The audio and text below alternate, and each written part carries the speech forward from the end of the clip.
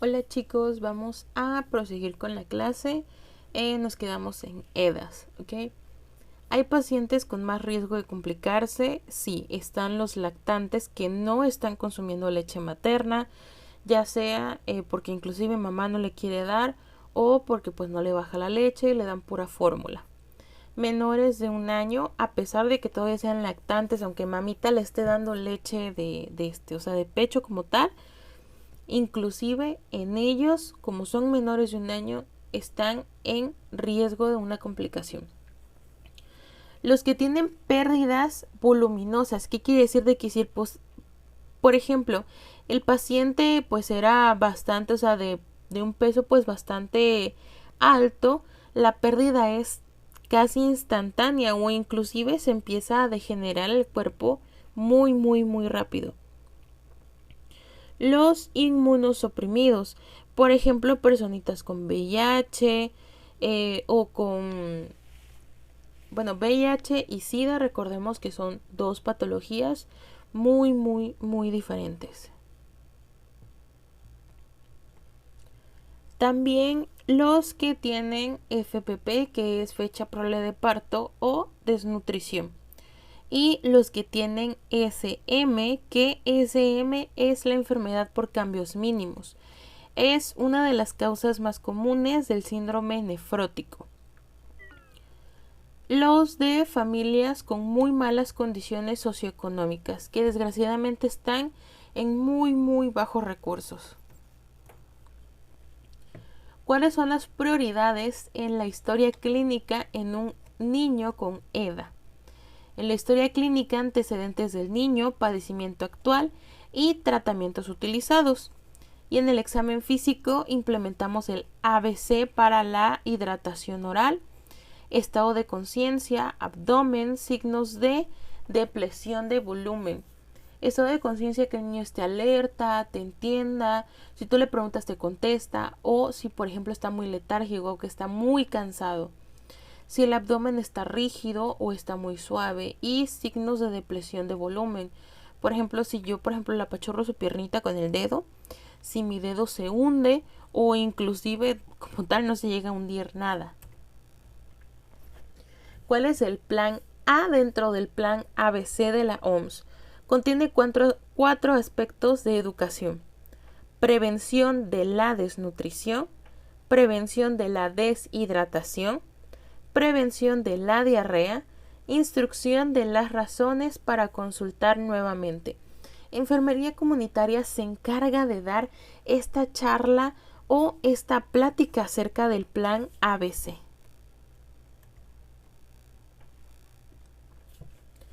Prevención de la depresión de volumen.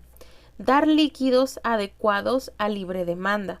O sea, no le voy a dar una coca, no le voy a dar suco, no le voy a dar jugo como tal, sino le voy a dar un suerito que sé que lo va a hidratar. Suministrar en cucharaditas lentamente si hay historia de vómitos. Si por ejemplo mi niño ya ha vomitado 4 veces en el día, no le voy a poner la botella que se la tome como agua de tiempo porque lo va a vomitar.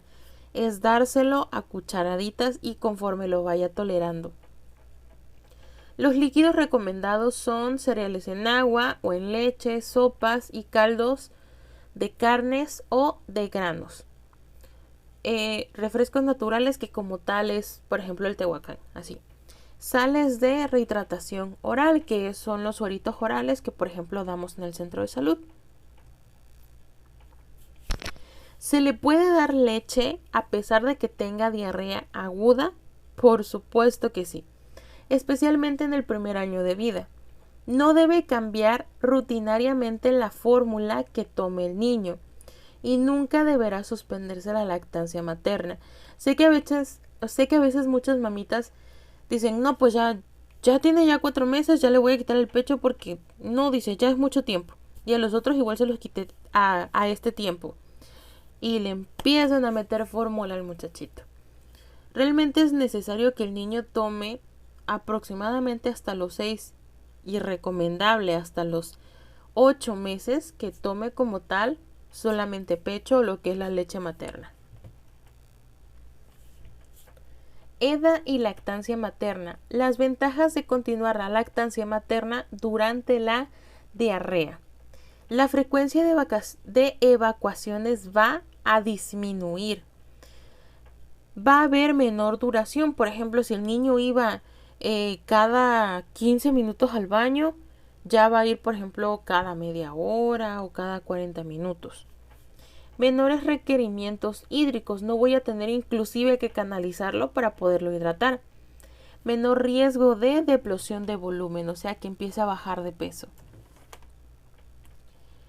¿Qué se puede hacer para la prevención de la diarrea?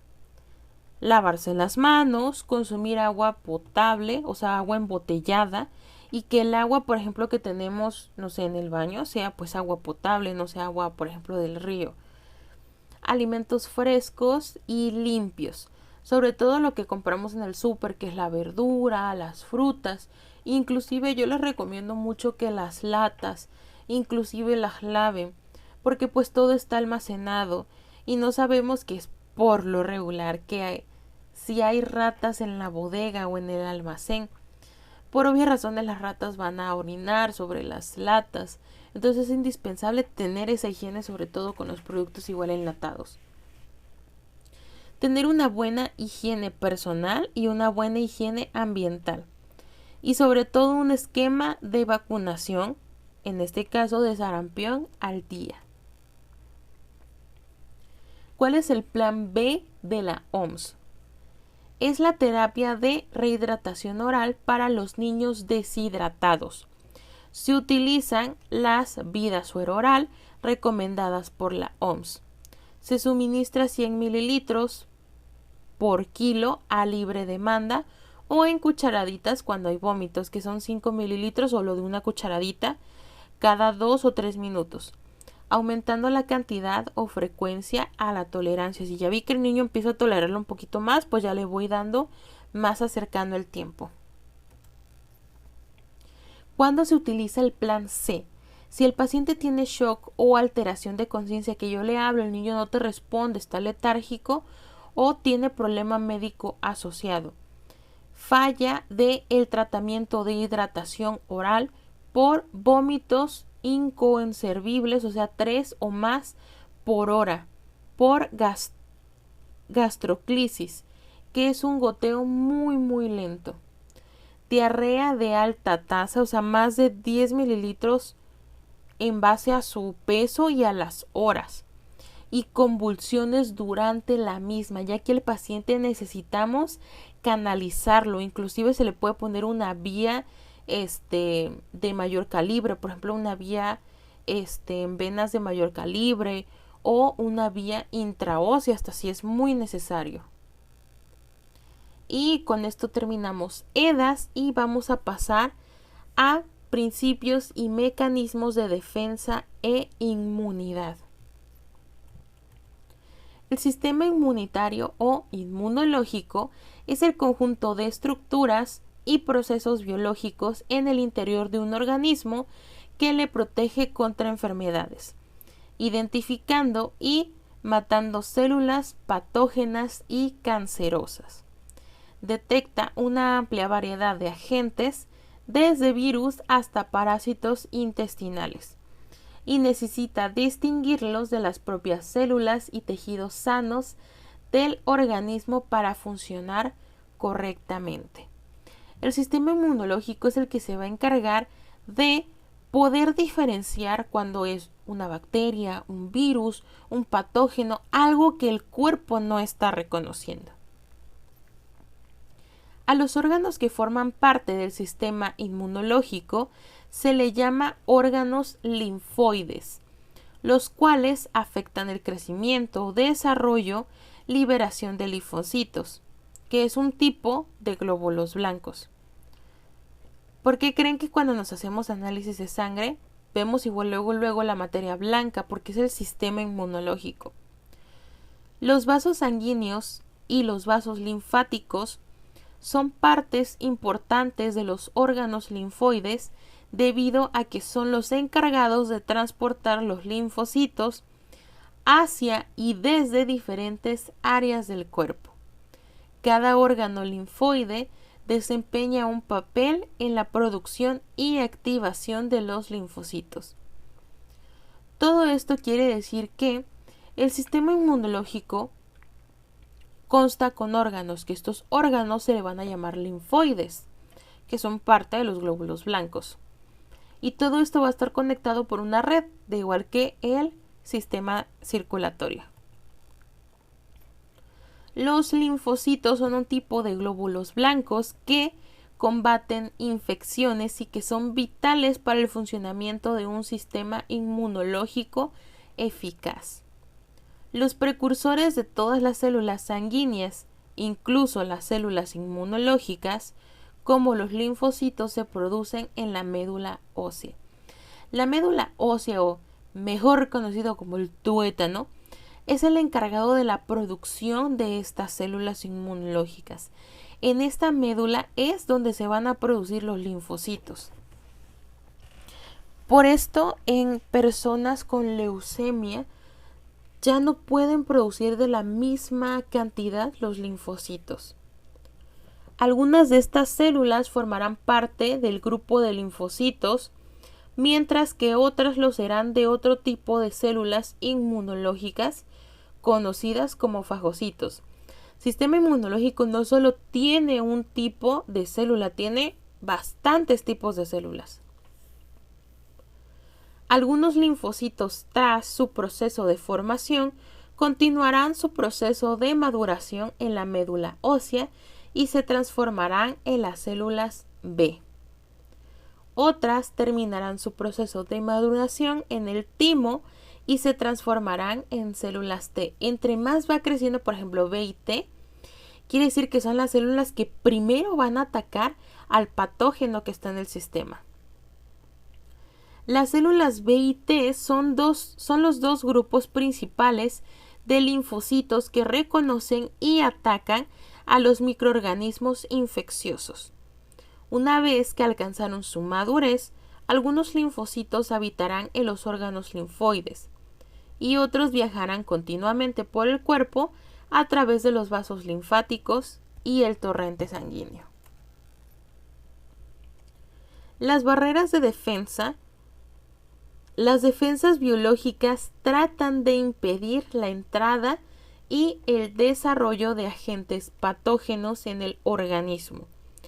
Cuando su accionar no resulta del todo efectivo, el microorganismo o el virus se instala y produce enfermedades.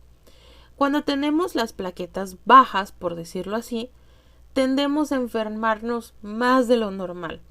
Por lo regular, el sistema inmunológico se ve afectado en temporada invernal, que si ya en mi familia se contagiaron 4, pues posiblemente yo también me voy a contagiar si tengo las defensas bajas.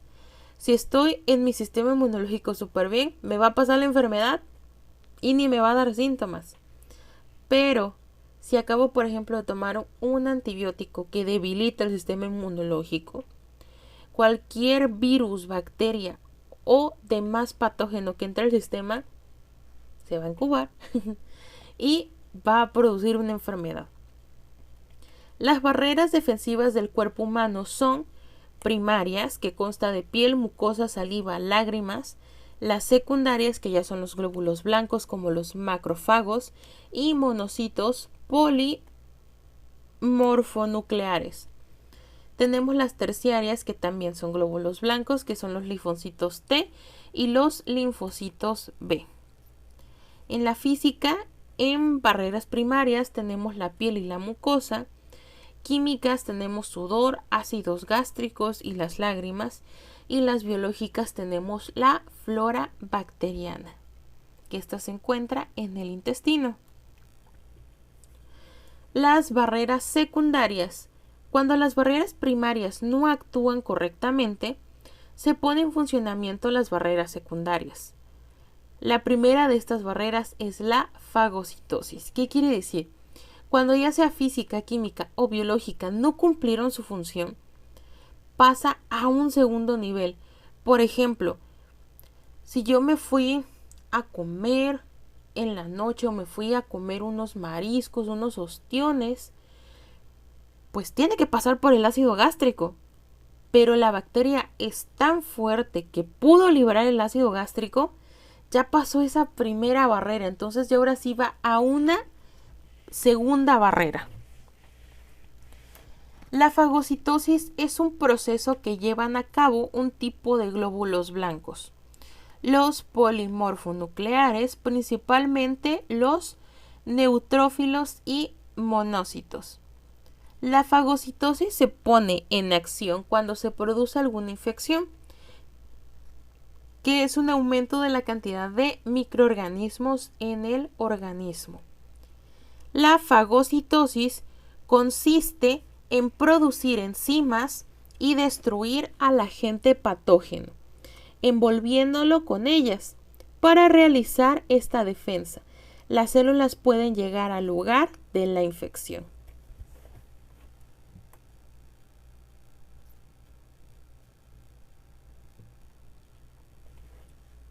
Sin embargo, si los agentes patógenos evaden la respuesta innata, los vertebrados poseen una tercera capa de protección, que es el sistema inmunitario adaptativo. Aquí el sistema inmunitario adapta su respuesta durante la infección para mejorar el reconocimiento del agente patógeno. ¿Qué quiere decir? Aquí es cuando nos dan las fiebres de hasta 40 grados porque tenemos una infección, por ejemplo, es una infección estomacal o una infección en las vías aéreas, porque necesita elevar la temperatura para que la bacteria se muera. La información sobre esta respuesta mejorada se conserva aún después de que el agente patógeno sea eliminado, bajo la forma de memoria inmunitaria. Por ejemplo, si yo me enfermé de... no, ahora sí que no vamos a ir tan lejos. Me enfermé de COVID. Entró el virus a mi cuerpo, pero mi sistema inmunológico hizo todo lo posible por combatirlo y generó una memoria inmunitaria. ¿Qué quiere decir? Que si me vuelve a dar COVID, posiblemente ya no me dé de la misma manera, porque ya mi sistema inmunológico guardó una copia de este virus y cuando me vuelva a dar va a decir, tú ya sé qué es lo que vas a provocar, pero yo voy a actuar antes para que no dañes a mi huésped. Y permite que el sistema inmunitario adaptativo desencadene ataques más rápidos y más fuertes. Si en el futuro el sistema inmunitario detecta este tipo de patógeno, el sistema inmunológico lo va a afectar luego. Si el sistema inmunológico no funciona adecuadamente, se pueden presentar distintas enfermedades. Las alergias y la hipersensibilidad a determinadas sustancias se considera trastorno del sistema inmunológico. Cuando, por ejemplo, tenemos alergias, tomamos lo que son los antihistamínicos.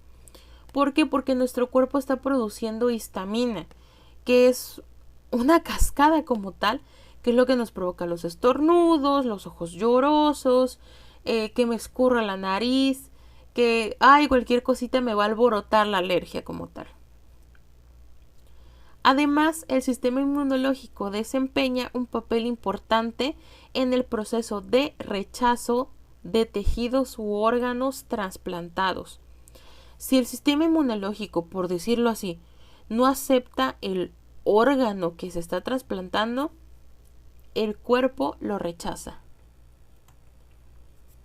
La inmunidad es la resistencia que tiene o adquiere un organismo para enfrentar enfermedades y quedar libre de ellas.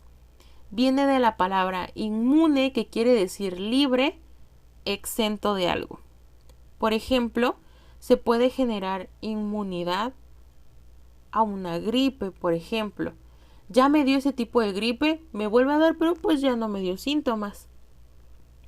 Existen diversos tipos de inmunidad, como es la inmunidad artificial, la pasiva activa, innata y adaptativa.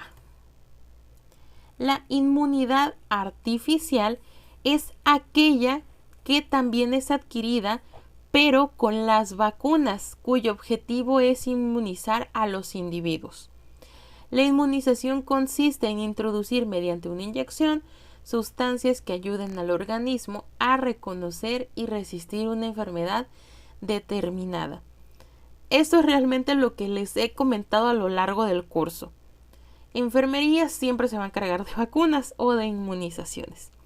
Y las vacunas es el mismo virus atenuado para que el sistema inmunológico lo reconozca y estamos activando al sistema para que cuando nos dé esta enfermedad ya tenga esa memoria de decir, ok, este virus yo ya lo tuve, entonces ya sé cómo atacarlo. Por ejemplo, a mí hace 2 años me dio varicela. ¿Estoy vacunada? Por supuesto que sí. No me puso tan mal como se es de esperar, porque entre más grande esté uno, peor pone al menos la varicela y el sarampión. Realmente el estar vacunado ayuda a que es obvio, sí va a dar síntomas, porque no nos está... Recuerden que una vacuna no va a hacer que la enfermedad no te dé, simplemente te va a dar, pero no te va a dar tan fuerte. Si no me hubiese vacunado, sí me hubiese dado muy, muy, muy fuerte la varicela. Una inmunidad activa es para que un individuo sea inmune, tiene que producir sustancias llamadas anticuerpos, que son proteínas con función de defensa. A esto se llama inmunidad activa. Esto sucede, por ejemplo, me da una gripa, pero yo tengo que producir anticuerpos. ¿En qué aspecto? Decido no tomar nada. La gripa como tal, el virus de la gripa, va a hacer su proceso. Me voy a enfermar, me va a dar gripa, o sea, me va a escurrir la nariz, ojos llorosos, me va a doler la garganta, a lo mejor hasta me dé tos, a lo mejor. Inclusive me puede dar fiebre, pero no estoy tomando nada. Está haciendo que el cuerpo esté produciendo anticuerpos porque sí, para poder defender al cuerpo sobre este virus. La inmunidad pasiva es si hay que transferir anticuerpos o células inmunes de un animal inmune a uno no inmune. Entonces estamos frente a la inmunidad pasiva, que es cuando como tal hacemos una transferencia de anticuerpos, ya sea inclusive por una transfusión. Y lo que más se reconoce en enfermería, que es la vacunación o inmunizaciones. Las vacunas contienen antígenos capaces de sensibilizar al sistema inmune, con el fin de provocar una memoria que determine que, cuando la persona se exponga a la infección verdadera, se active rápidamente una respuesta de defensa.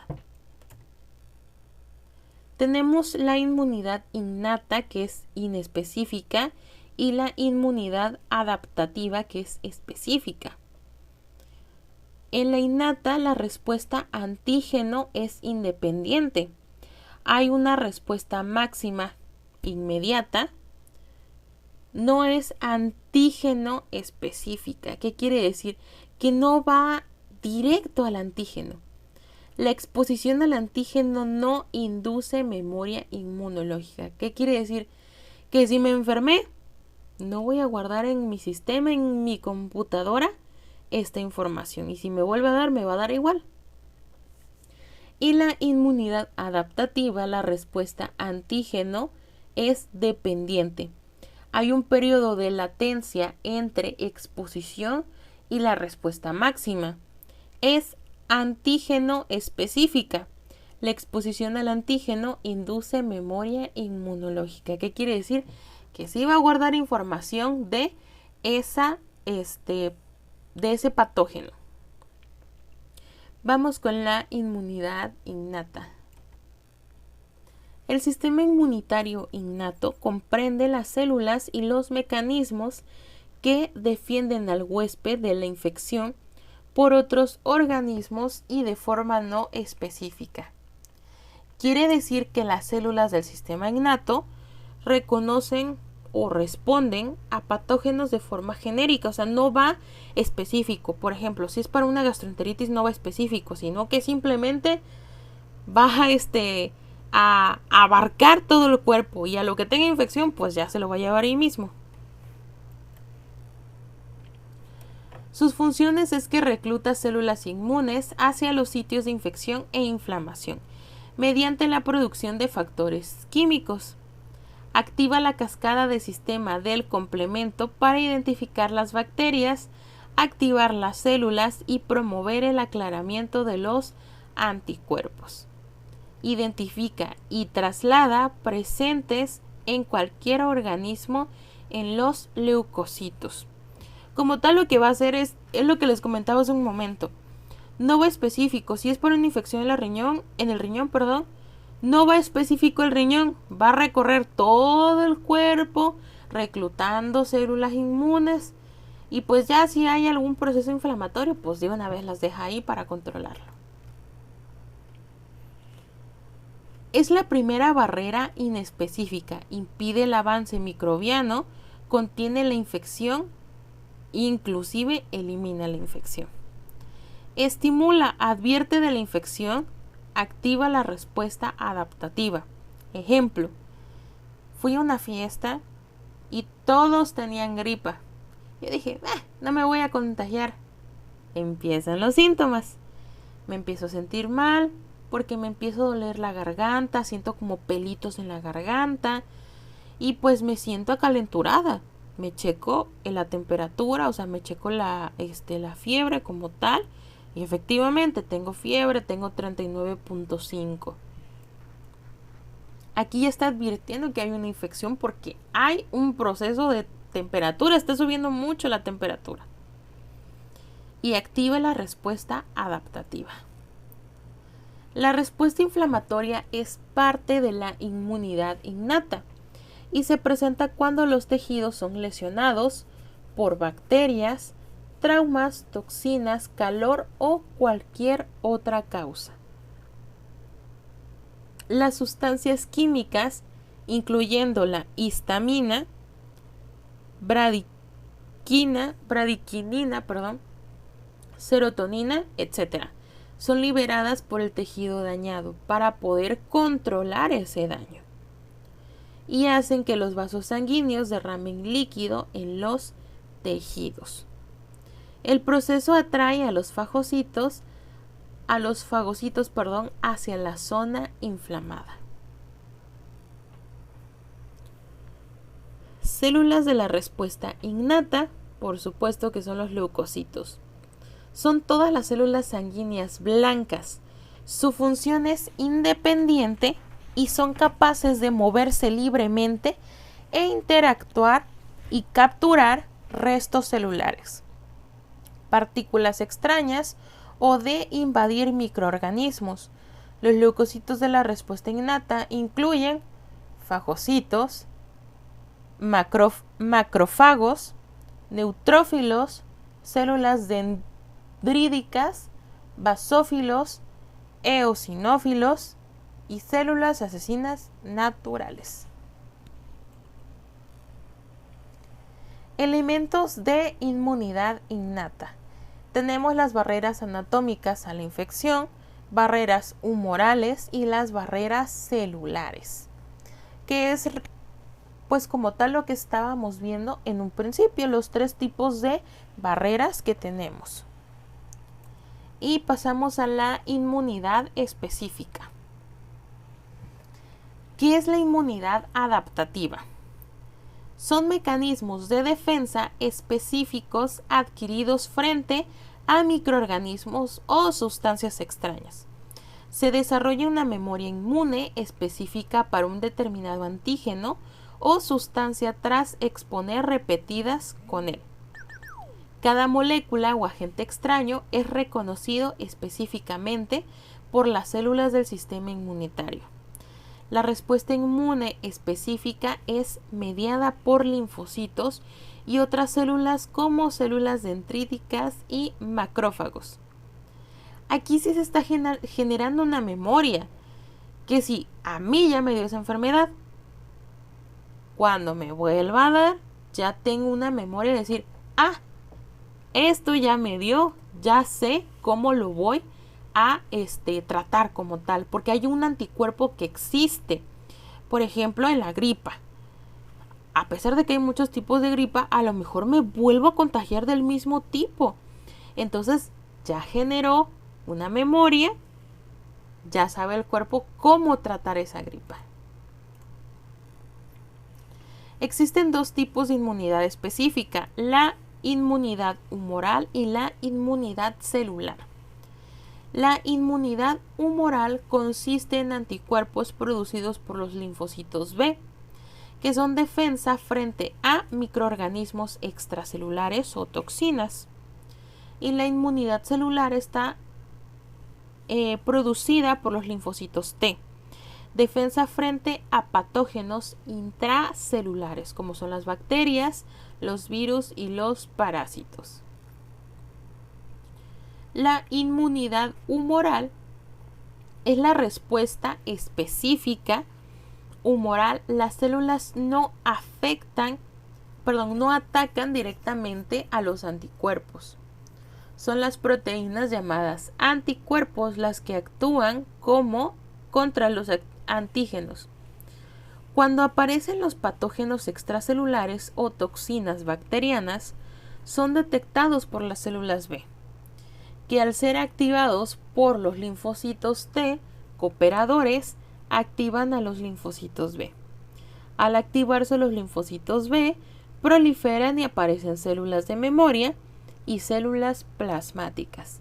Estas últimas liberan el anticuerpo específico que provoca la opsonización, que es un proceso por el cual los agentes patógenos se unen y son fagocitados. ¿Qué quiere decir todo esto como tal? La inmunidad humoral va a hacer que los anticuerpos actúen contra los antígenos, o sea, contra el patógeno que está en el cuerpo. Va a aparecer las células B, que estas están activadas por los linfocitos T. Una vez hecho esto, los linfocitos B van a hacer que se activen las células de memoria, o sea que va a hacer que haga el copy-paste de el patógeno que está en el sistema, para que se guarde en la base de datos y cuando vuelva a regresar, no, sabe cómo se puede luchar contra ese patógeno. Lo que va a provocar que ese patógeno sea fagocitado, o sea, que se muera. La inmunidad celular es la respuesta específica en la que intervienen los linfocitos T en la destrucción de los agentes patógenos. Los linfocitos T atacan y destruyen las células propias, tumorales o infectadas.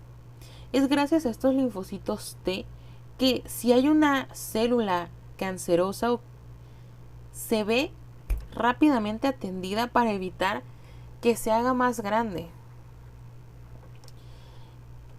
Se va a dividir en los TH1, que son los inflamatorios que activan o destruyen las células infectadas. Tenemos el TH2 o cooperadores que estimulan a los linfocitos B para producir o que liberen los anticuerpos. Y tenemos la TCD8 o citotóxicos, que matan células cancerosas o que contienen patógenos intracelulares. El agente patógeno es capturado por las células macrófagas, lo degrada hasta pequeños péptidos de unos 10 aminoácidos. El macrófago se mueve por la sangre hasta encontrar los linfocitos T y los activa. ¿Qué quiere decir todo esto? Que las células macrófagas van a agarrar al patógeno y como ya lo tienen atrapado, lo van a llevar por todo el cuerpo hasta que dé la mera casualidad que se encuentre en un linfocito T para que active todo el proceso y se pueda desechar ese patógeno. Bueno chicos, hasta aquí vamos a dejar la clase y nos vemos la próxima clase.